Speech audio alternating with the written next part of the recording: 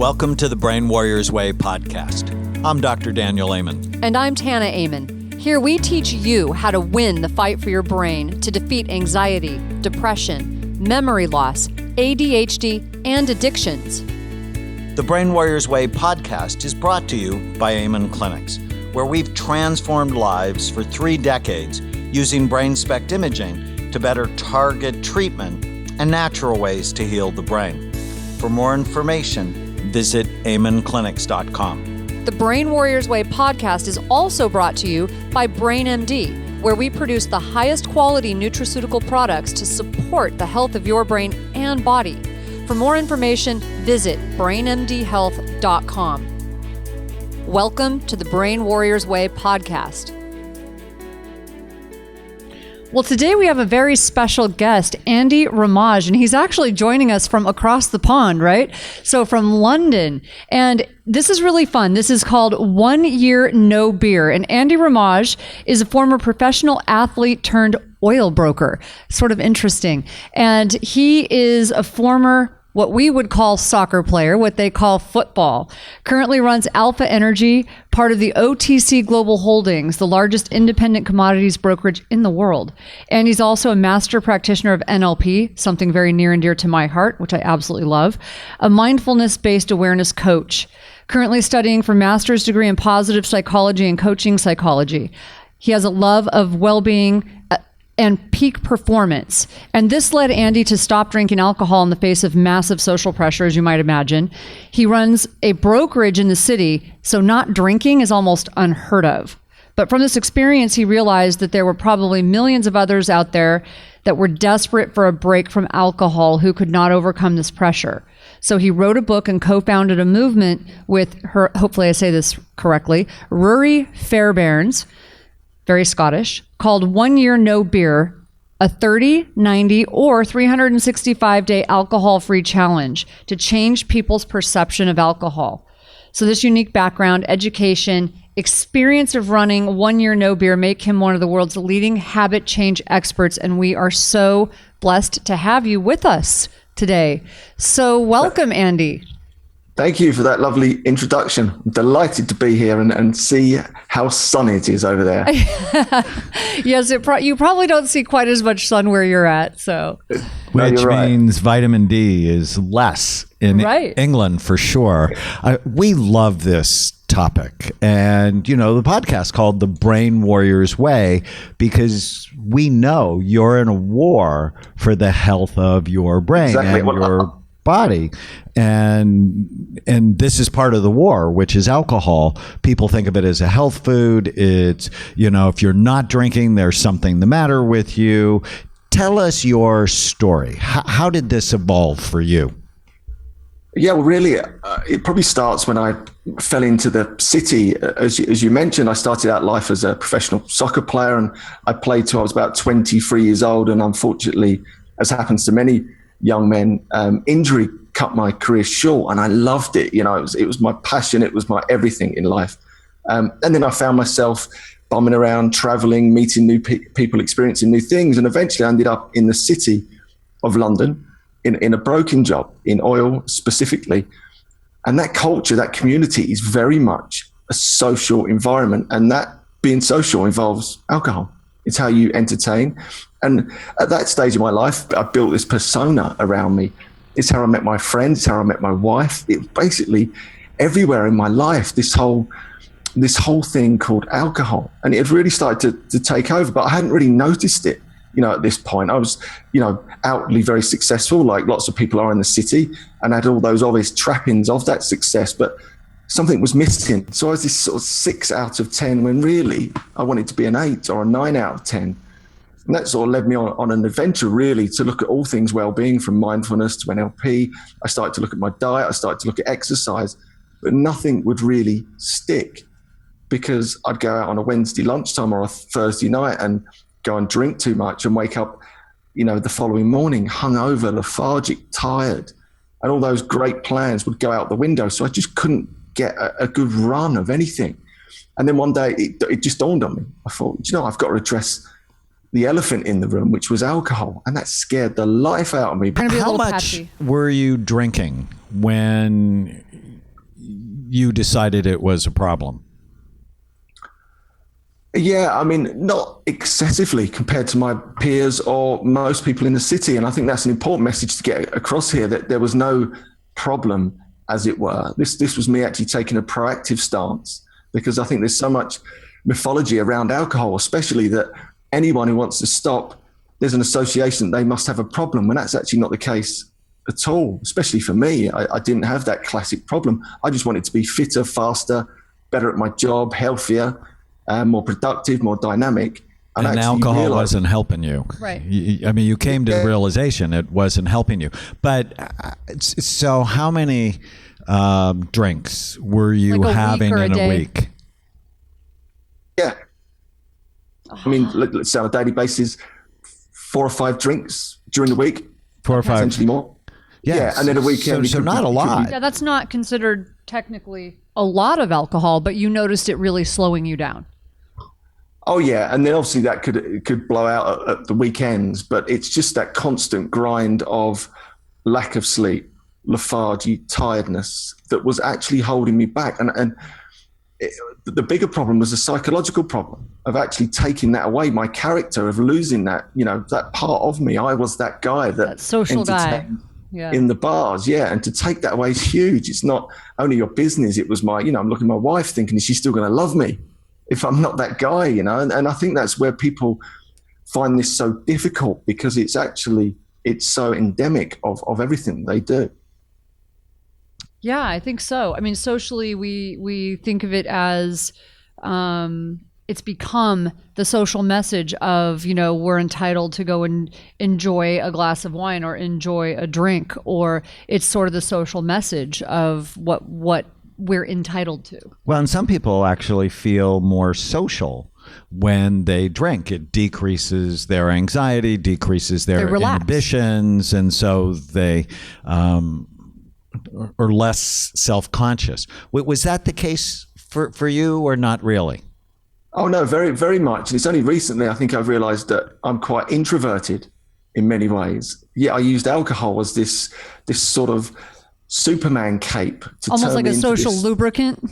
Yeah, it would turn me into this sort of flamboyant extrovert, which really helped. I mean, again, I'm not going to point fingers and say that it didn't, because actually it did at that time. But the problem is, and I think that happens to so many people, actually you almost find yourself self-medicating in some ways to get over that social anxiety, and then actually that becomes the problem eventually. What I really want to know is what was the event or series of events that led you to the decision to stop? Like the actual very specific thing. Like, was there something specifically? Yeah, in truth, there wasn't. It was a slow, and that's again another point, I want to get across. There wasn't this wonderful epiphany moment where, the gods were singing and I thought, hallelujah, I'm going to stop drinking, because that was really important to me. That it was quite a slow event over time of experimenting and actually testing whether it was the alcohol that was holding me back. And I think that's another myth that lots of people fall into, is they're waiting for this moment, this perfect, almost rock bottom. Now, you're an athlete, and athletes at a professional level are all about performance and optimizing their performance. And so were you feeling your performance was not what it could be, and you're looking, it sounds like you're searching for a way to really elevate your game? Yeah, 100%. That's really the angle that I came at this from. It was, again, so there wasn't an epiphany. It was more of, I want to be better. I want to be fitter, faster. How can I achieve that? And I started to look again at diet and exercise, but it was the alcohol really was the gateway, was the key, the cornerstone to unlocking all of these different things, because suddenly without hangovers, I could train more. I wasn't phoning in sick like so many of us do to the personal trainer and making up those embarrassing excuses at the last minute. Why 1 year? Because it rhymed with beer. Because it rhymed with beer. As silly as that sounds, I just needed something big enough that would get people off my back. Again, for me, and this is the same for so many people, if you walk into a room and you say you don't want to drink alcohol, the reaction is normally one of, what? You can't do that. If I went out with a client and said, I'm not drinking tonight, that's just not acceptable. So I needed an excuse to be able to say, look, I'm just doing a challenge. And this is what I'm doing. One year, no beer. And that would get everyone's attention. And that's really sort of spawned the idea for the whole movement. And it worked really well because it was a challenge. And people, I think, they admire a challenge and they like a challenge. So my clients then, instead of twisting my arm to drink, were actually quite supportive because they couldn't believe that, me, knowing my background and my history, could ever survive even 2 weeks, let alone a year. So it sort of snowballed from there. So the question I have is, did it influence anyone else to make that same change just because you modeled that behavior? Yeah, exactly. 100%. And the whole reason we're here now is because Rory Fairbairns, who you touched on earlier, bumped into me 6 months into my challenge. And we haven't spoken about this yet, but I lost about 3 stone, which is 42 pounds in weight. Oh my gosh. Just from stopping the beer.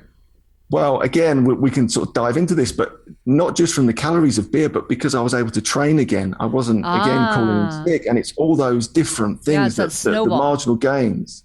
One of the secrets to success, it reminds me of Jerry Seinfeld, the American comedian. Yeah. And he wanted to be a great comedic writer, but he didn't have the discipline. And so what he did is he said, I have to write for 30 minutes a day. He challenged himself. And every day he did that, he would go to the calendar, when we had paper calendars, and circle the date and put a line through it. I did it. And after doing it for 3 weeks, he said, I'm never going to break the streak. So it's that challenge that motivates people to stay with it. I'm not going to break it. This is important to me. And then that becomes more important than the social pressure or what else. So 1 year, no beer. When we come back, we are going to talk about habit change and what Andy has learned in helping thousands of people change their behavior. 1 year, no beer. Stay with us.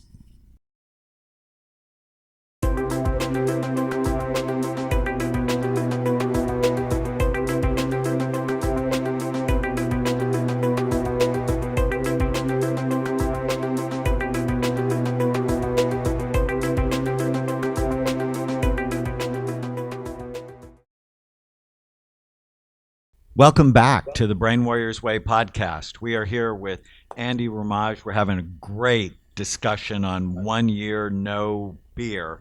And, here at Amen Clinics, we have looked at people's brains for the last 26 years. We have scanned nearly 130,000 brains on people from 111 countries. And one of the first things I learned from looking at all these brain scans is that alcohol is not a health food. What I saw is over time, it significantly decreases blood flow to the brain. So you're not as happy, you're not as sharp, you're not optimized. And, I went through this whole period in American culture where people would drink 2 glasses of red wine a day and they go, it's a health food.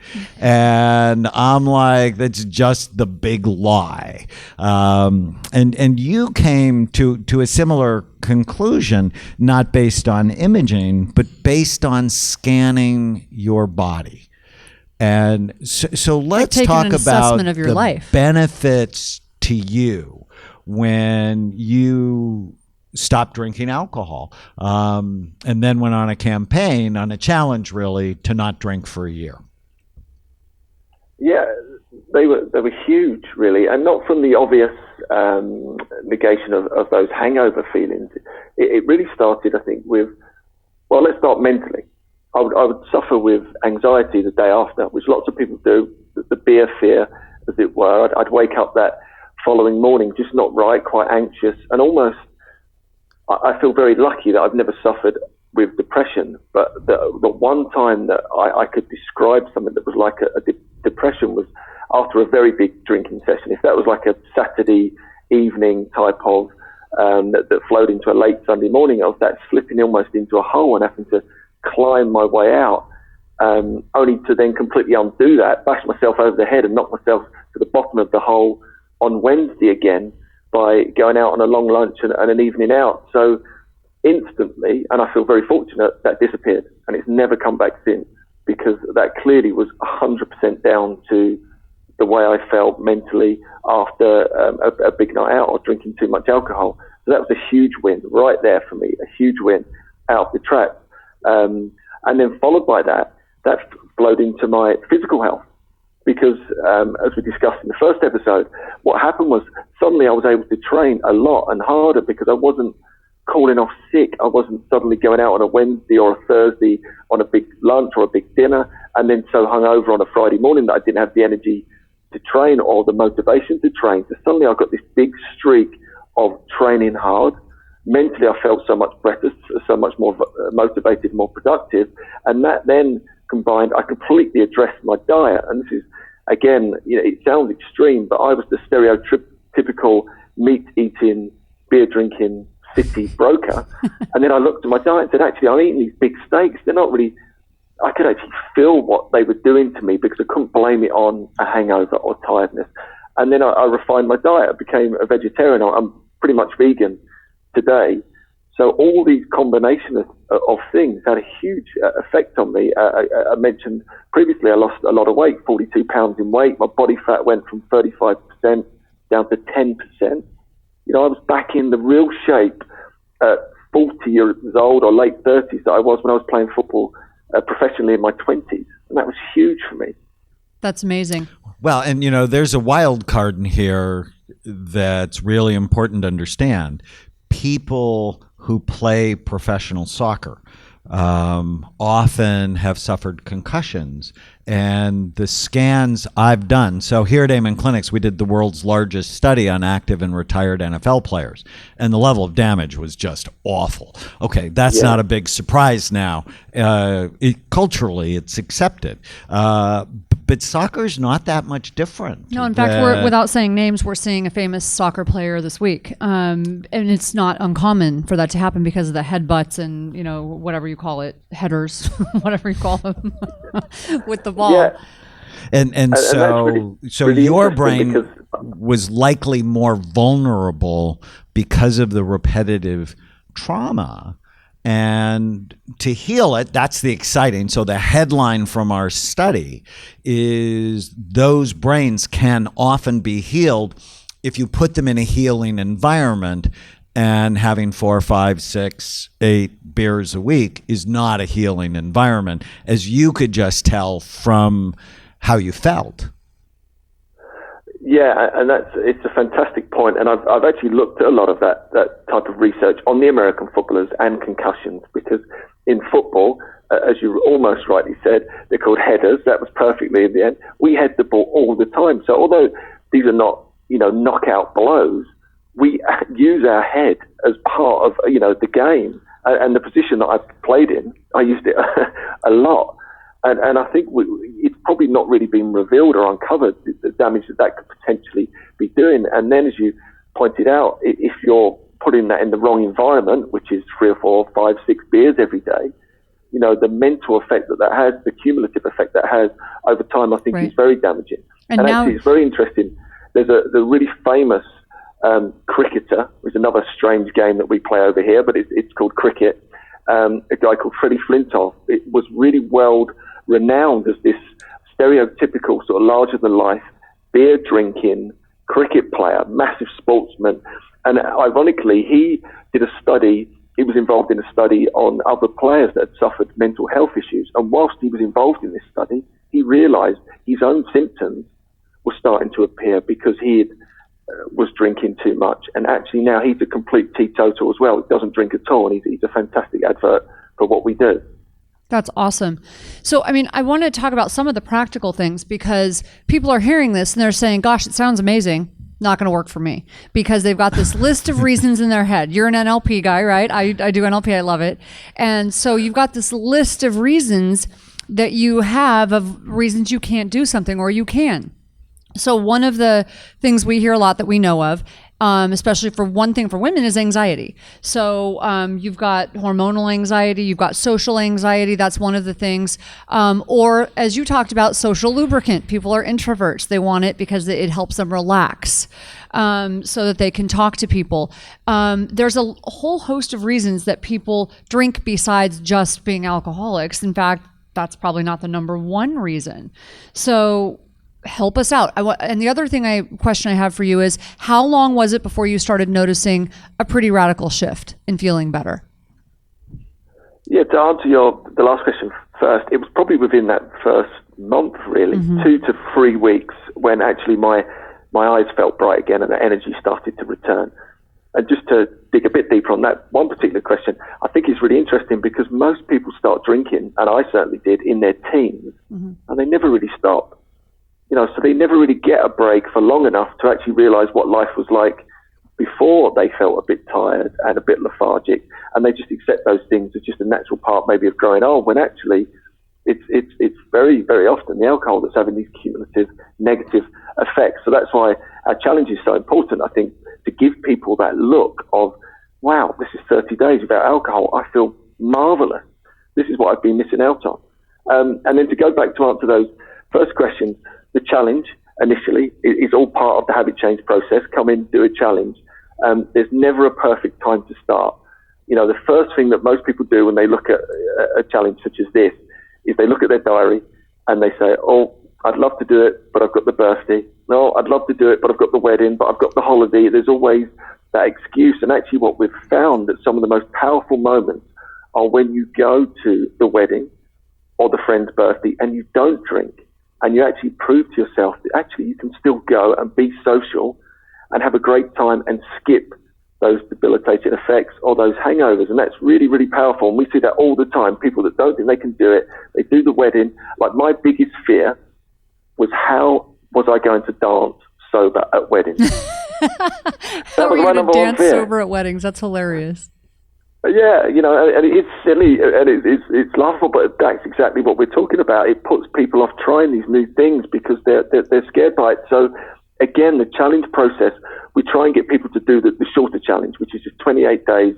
Can you do it? Can you do it 1 month? See, I love that challenge part. Yeah. I just think that it's got so a start, brilliant. it's got an end. So it's not daunting, it's not overwhelming. Can you come and do it and prove to yourself? And it's all about mindset, really. And we see this all the time. If you have a mindset you're giving something up, you're missing out, or you have a mindset, I'm going to get all these amazing advantages, I'm going to feel great, my skin's going to look great, I'm going to be healthier. As soon as you can help people make that mindset shift, everything changes. We love that. So what did your wife say about all this? Well, yeah, I mean, she's a good Irish lady. In fact, the story is, which is true, I fell in love with her because she drank pints of beer, which is the big glasses of beer. So that she could keep up, drink. right? Yeah, but in Ireland, it's culturally slightly different to here, but they drink the big right. pints that essentially men would normally drink. And I couldn't believe it when I first saw this pretty lady with this huge right. glass of beer, effectively. That's hilarious. So, no, she's been amazingly supportive, and anything that's good for me is good for her, and that's another key part of this. I'm not running around, we're not pointing fingers or telling anyone off. It's very much a case of leading by example. Yeah. And I know that Agreed. my example is having a positive influence on people. She still drinks, but a way less than she did before, for example. So, That's amazing. No, she totally gets it, totally supports me. And I can still just about dance at weddings. So she's happy enough. That's so funny. So let's talk about the practical aspect. So someone wants to stop doing this, but they've got this list of reasons in their head, and some of those reasons are real. They're anxious, they're shy, they're uncomfortable in social situations, whatever those reasons are. What are some practical things they can do? I'd love to hear from both of you, medical and social, what you guys think that people can do. If I kick it off, a lot of what we do is that practical social side of things. For example, a lot of people's fear is telling people that they want to start this challenge, that they're scared because, again, if you walk into a room of, let's take the city example, and you tell people you want to stop drinking, it's the only drug in the world that people turn around and they berate you for it. You know, they tell right. you off for wanting to take a break from alcohol because they don't want to lose their drinking buddy. So our tips are very practical. For example, take out the ringleader. There's always that one person, that one friend, that if you can get them on side, it's going to make your life a whole lot easier, because if they support you on this challenge, then you just watch the rest follow. Again, that's just a very quick, practical tip. That's excellent. Yeah, so it's finding the lever person in your social circle. Right. And then, and my experience is tell them what you're doing, tell them why you're doing it, and then get a stiff backbone. So what can they do for the anxiety aspect for that? Well, there's so many other things to do. So as a psychiatrist, I love teaching people to meditate. I love using hypnosis, self-hypnosis. I like certain supplements. We make something called serotonin mood support for people who are worried and they can't let go of negative thoughts or bad thoughts. It's got saffron, the world's most expensive spice, but it's been shown to really help with depression and anxiety. Also 5-HTP, which is the amino acid building block for serotonin. We also make something called GABA calming support that raises GABA, and what GABA does is sort of what alcohol does without the hangover. GABA raises a neurotransmitter called GABA that calms down the overfiring we see in the brain that often goes with anxiety. But no one's going to get addicted to the GABA. It's not going to cause social problems for them. So one practical tip I have for people when I'm coaching them, sometimes people, it's a social thing where they just want something to hold and to sip because they just don't know what to do. So we'll have them get sparkling water and add some lemon or lime or whatever, or fresh berries, make it pretty, and put a few drops of stevia in it. That's just a practical solution. And then I like so you have something to hold and to sip while and to socialize. You're in that environment. That's not full of sugar. There's a new study on the game Tetris. So, it's an app. You can download it to your phone. It's free. Most of us have played Tetris at some point in our life. You play for 20 minutes a day, decreases cravings for alcohol. How simple is that? Just play Tetris on your phone. There's also an interesting supplement I like a lot called N-acetylcysteine, which is a super antioxidant that actually has been shown to decrease the cravings for alcohol, marijuana, and cocaine. Right. And it's something we actually put in a number of our products, especially craving control, just as a way to get your chemistry better balanced. So what else do you have to add to that, Andy? Yeah, and all those points you've made are fantastic. We're big believers in mindfulness. That's a big part of what we do. Again, we try and do all these things without putting labels on them to sort of scare people off, especially lots of people that come to one, may have never really heard of mindfulness before, or right. meditation. So we try and ease them very much into this just by becoming more aware of their habits, becoming more aware of what they're actually doing, and actually introducing mindfulness without labels, which I think helps. And also, is to get really practical. As you said, for example, if someone's socially anxious, give them all those tips and tricks. Yours was a great tip there, actually, to maybe use even non-alcoholic lookalikes. That's what we do lots of.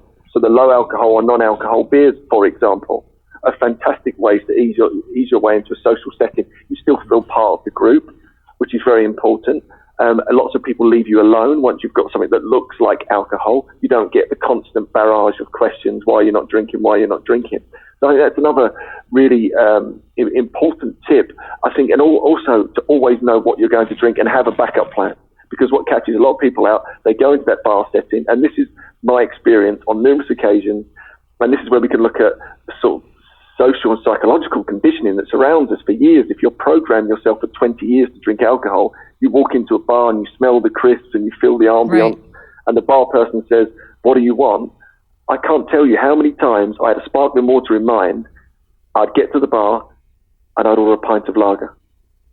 It's like a habit. Happened so many times. It's those triggers. Yeah. It's a habit. So when we come back, we are going to talk about habit change. Okay. Good. And what Andy has learned in 1 year, no beer, and helping thousands of people change. Habits are actually, they become burned into your brain. And so you actually end up saying yes before your frontal lobes say no. And so when we come back with Andy Ramage, 1 year, no beer, you can actually go to oneyearnobeer.com and learn more about Andy's journey and how he's been helping people around the world. Stay with us.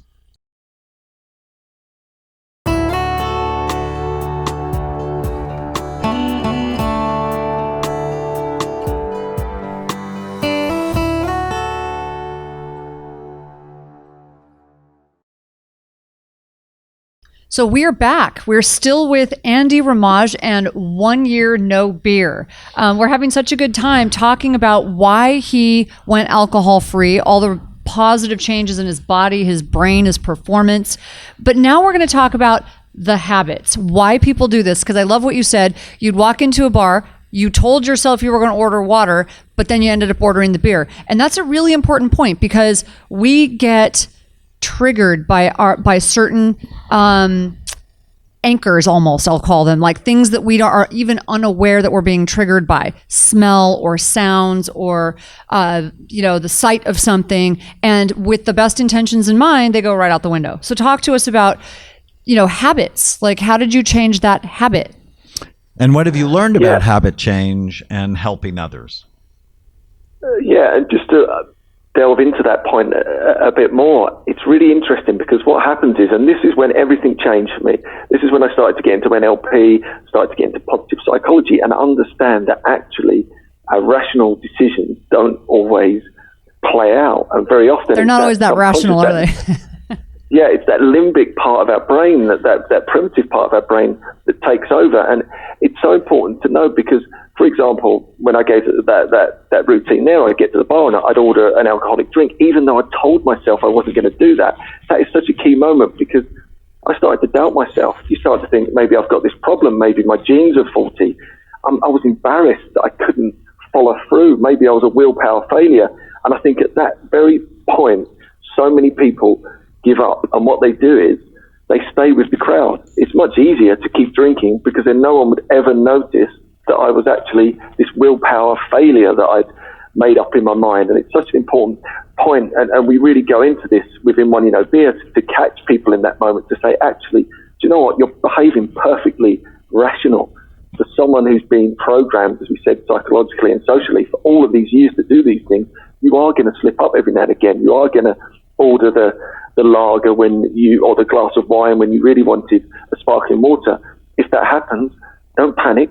Firstly, you don't have to drink it just because you bought it. You put the drink down and good point. Walk away where we can see your hand. And it's that almost education. It starts right there to tell people it's not the end of the world. Don't let this be an excuse.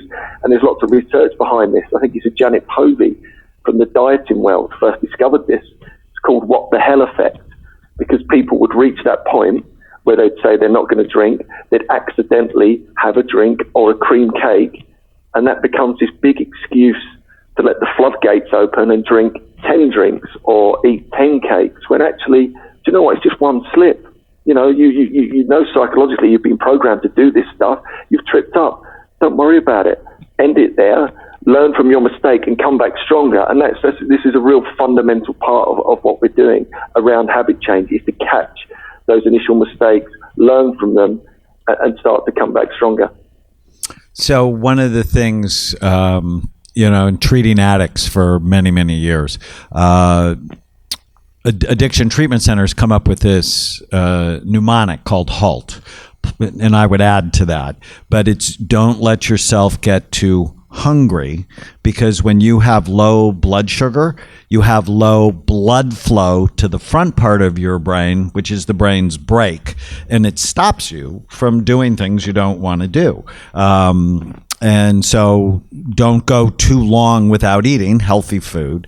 Don't get too angry. negative emotion tends to turn off the judgment centers of your brain. So don't get too hungry, angry, lonely, because when you start to feel disconnected from others, then people go and medicate themselves. Or tired, because if people get less than 7 hours of sleep at night, they have low overall blood flow to the brain, which means they're going to make more bad decisions. And then we would add, and we joked on our first podcast about, you're in London, the sun doesn't come out much, but low vitamin D levels also are associated with higher cravings, more depression, and more issues with judgment. So there's, some really simple things. Once you make the decision to change how you support it. And I loved what you said, which is if you slip, well, don't fall and crack your head. Learn from it and go, well, okay, so whenever I have patients that slip, and they slip all the time, we actually have somebody in our family who's had some serious problems. And when she slipped, the question is, okay, I want to learn all about it, rather than judge someone as, oh, you're bad. Well, let's learn from it so it doesn't have to happen again. Did you go too long without eating? Did you believe every stupid thing you thought? Did you not sleep well? What? One of the things I want to push on a little bit, Andy, because it's so important, I've done a lot of work in NLP myself in the area of performance and just clearing some of the past triggers that I've had, and I think it's amazing. It's like this amazing shortcut. So I love it. And one of the things I love about NLP is that one of the things that Daniel talks a lot about and that I love, from a brain perspective, is how our template sometimes gets set. Our emotional brain, we have these patterns or these templates that get set at certain times in our life for whatever reason. And what I love about NLP is that doing that assessment, the way that you can step back and you actually can take a look at when did it get set? Why did it get set? How did it get set? And you can actually fairly quickly break that pattern.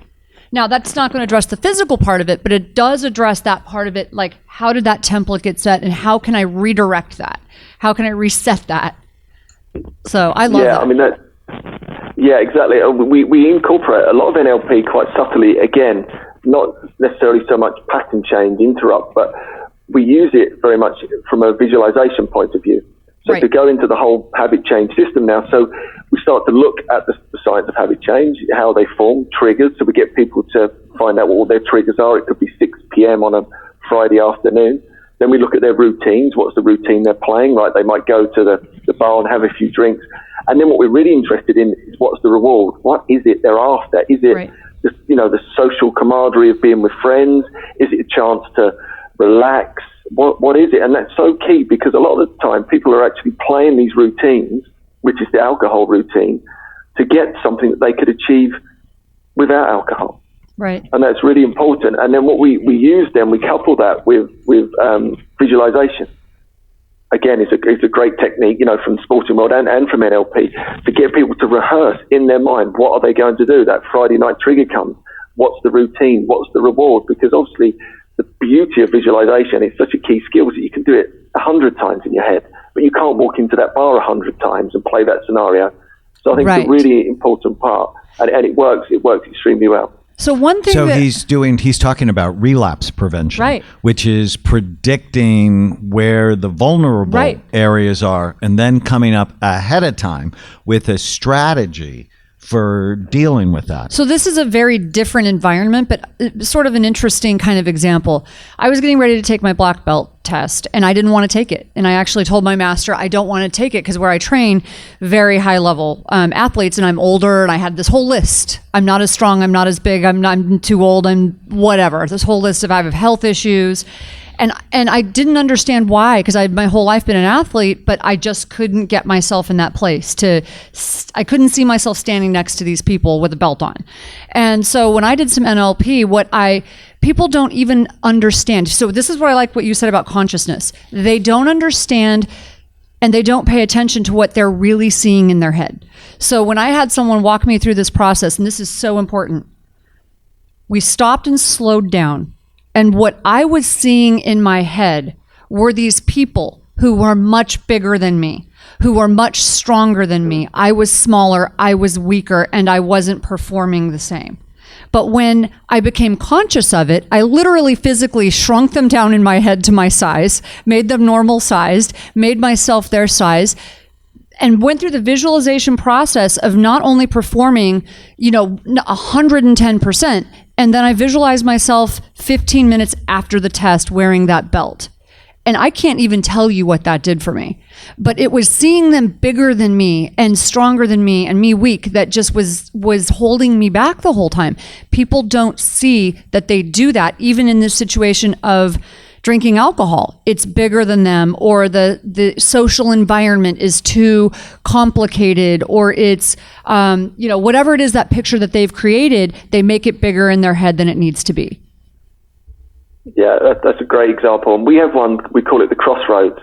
It's not about sort of changing the sort of dynamic of the picture in many ways, but it's that visualization, a bit like what you said there, where you come 15 minutes after you've achieved the black belt, how did you feel? And we have one with the crossroads, which is you meet the path, and you can choose that path of continue with your old habits, or you can take the path of this new, healthy, bright, vibrant you. And then we fast forward to that 6 months later. How do you feel? What are your emotions? And these things are so powerful. I love it. Again, it's all the NLP stuff, but it is so powerful to take people, I think, out of their current settings and those stuck mentality that they've got, and give them that hope that, like, actually, look, I can really achieve this, and this is what it's going to feel like. And that's very powerful, I think, around habit change. Yeah, no, it's awesome, because, who's going to possibly be able to succeed if what they see in their head is that they're weaker or smaller or unsuccessful, or that they can't say no to peer pressure, or it's really hard to succeed. But if you just shift that picture a little bit and you see yourself in a different light, you see yourself as an athlete, you see yourself as this powerful person, it changes. It's a game changer. It's a game changer. And then to couple that as part of this challenge on the alcohol-free challenge, you're doing this visualization, but then every day you're proving to yourself that actually you can do this. So it's reinforcement. And you build that self-confidence. Yeah, and then it snowballs and it links together, and you become stronger and stronger and more confident, and everything starts to change, and that's huge. I love that. So how can people learn more about you and your work? Really simple, oneyouKnowbeer.com. If you go there, you can sign up. All the information's there. All the videos are there. Come and join in the fun. Again, this is all about not giving something up. It's about gaining a huge advantage. And just to be clear, this is not an abstinence program. This is very much a prevention, label-free, stigma-free challenge. That's all it is. Come and enjoy it. Come and check it out. And if you enjoy it, great. Carry on with it. Fantastic. 1 year no beer. Andy Ramage, thank you so much for fun. your time. It was great fun, and we will share this everywhere we can. That's fantastic. Thanks, guys. Thanks, Andy. All right, Andy, take care. You're listening to the Brain Warriors Way podcast. Thanks for being with us. Thank you for listening to the Brain Warriors Way podcast. We have a special gift for you. It's an opportunity to win an evaluation at the Amen Clinics. All you have to do is subscribe to this podcast, leave a review, and rate us on iTunes. To learn more about Amen Clinics and the work we do, go to amenclinics.com. You can also learn about our nutraceutical products at brainmdhealth.com. Thanks for listening.